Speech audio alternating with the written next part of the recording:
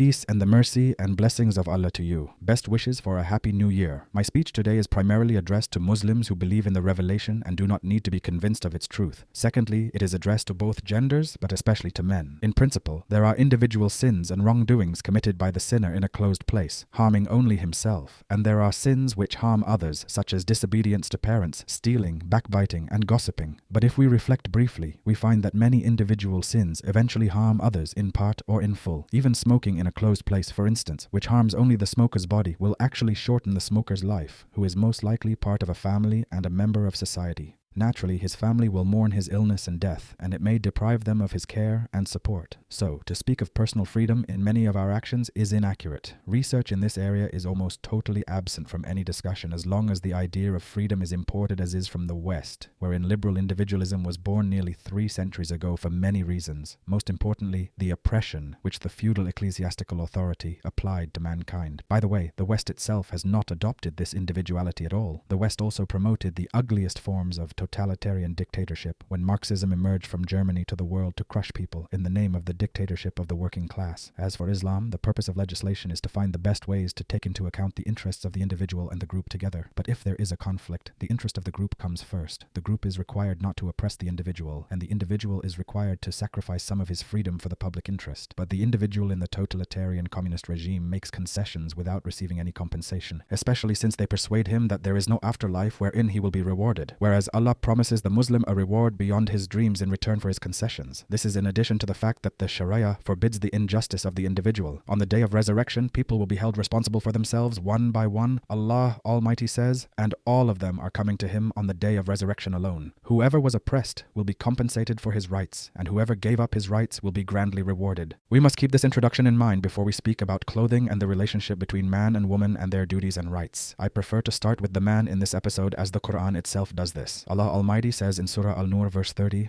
"Tell the believing men to reduce some of their vision and guard their private parts. That is pure for them. Indeed, Allah is fully aware of what they do."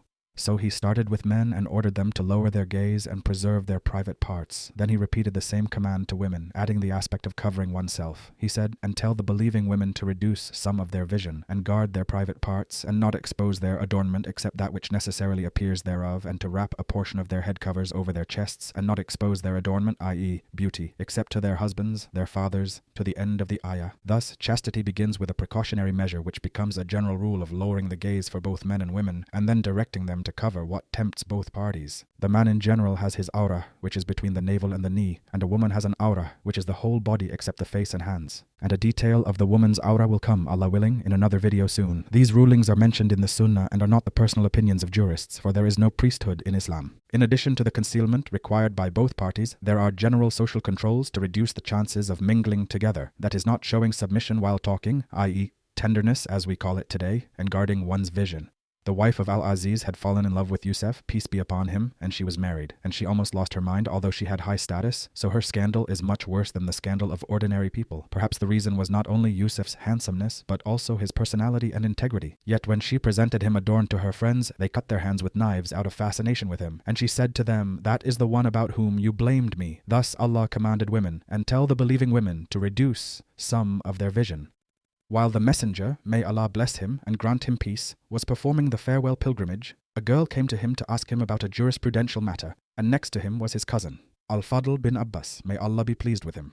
Al-Fadl started looking at her while she was looking at him, so the Prophet, may Allah bless him and grant him peace, grabbed Al-Fadl's beard and turned his face to the other side. Then he said, "I saw a young man and a young woman and they were not safe from shaitan." Thus, referring to both of them, as fitna likely comes from both sides, even while being in the spiritual atmosphere of Hajj and in the company of the Prophet himself, may Allah bless him and grant him peace. And although the girl was veiled, only her face was exposed. Then the young man should look away, even from the veiled woman when she is beautiful, and he thinks she will most probably leave a mark on his heart. So what about the handsome young man? It's a pity that almost everyone dismisses that a girl also admires the beauty of a man. It is true that what a girl admires above all is a man's personality and presence, which many surveys and studies in all cultures confirm. But a man's appearance is also on the list of things that attract a girl's attention. The handsome, strong, muscular young man is also a source of fitna. Allah has not commanded the young man to wear the veil as he commanded the girl, and the reason for this, according to our understanding, is that the man is primarily impressed by the outward appearance of the woman before noticing nurturing her soul and personality, whereas the woman's admiration for the handsome man's appearance comes later. Further, the man is obliged to work, to go out daily and to strive for livelihood. That is why the Sharia has tolerated the veil of the slave woman who is not beautiful and also serves and seeks work like men. On our website Al-Sabeel, you will find a detailed article about the veil of free women and of slave women. Here is an example for clarification. If a girl on the street saw a worker digging with his bare chest, she mostly will not find anything admirable in him, no matter how handsome. I say mostly. However, we've said she is ordered to lower her gaze, but in the same scene, if we replace the man with a girl who does the same work with the same appearance, even if she was of average beauty,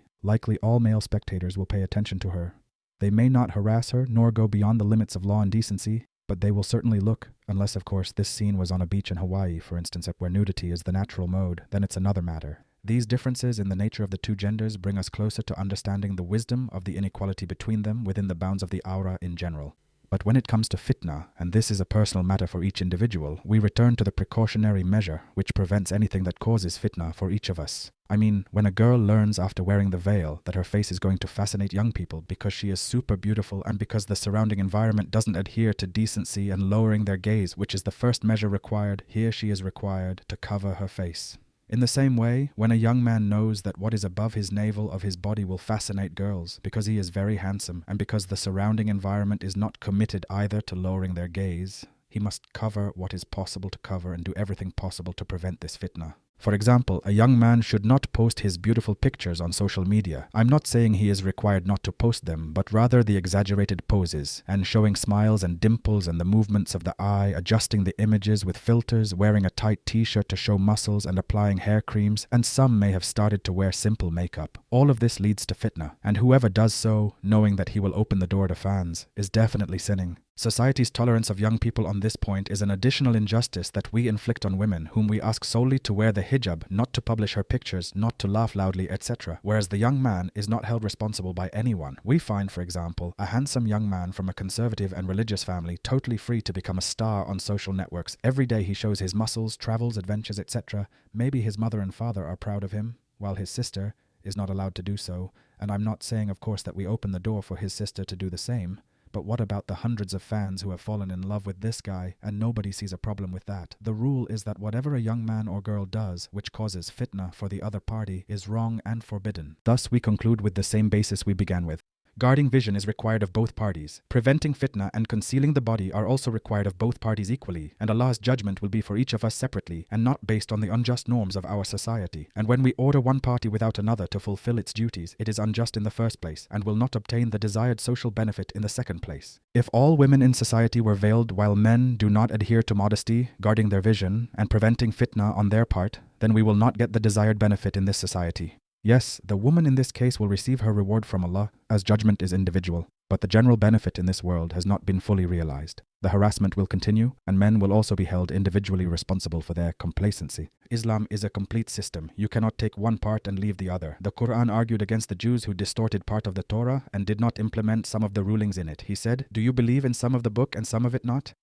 We, all praise is due to Allah, have not distorted the Quran and the Sunnah, but unfortunately, we almost follow in the footsteps of the children of Israel in picking and choosing from revelation based on our desires. We will follow up this discussion in another video, Allah willing, and it will be directed towards women. And since we are in the month of repentance and chaining of demons, this is a rare opportunity to change and correct the path, individually and collectively. Follow our episodes and articles that we will publish successively, Allah willing, and share this episode so its benefit prevails. Don't forget to subscribe to our channel and pages on Facebook, Twitter, and Instagram. Blessed Ramadan, and may your obedience be accepted. Allah willing. Thank you for joining me. Peace and the mercy and blessings of Allah to you.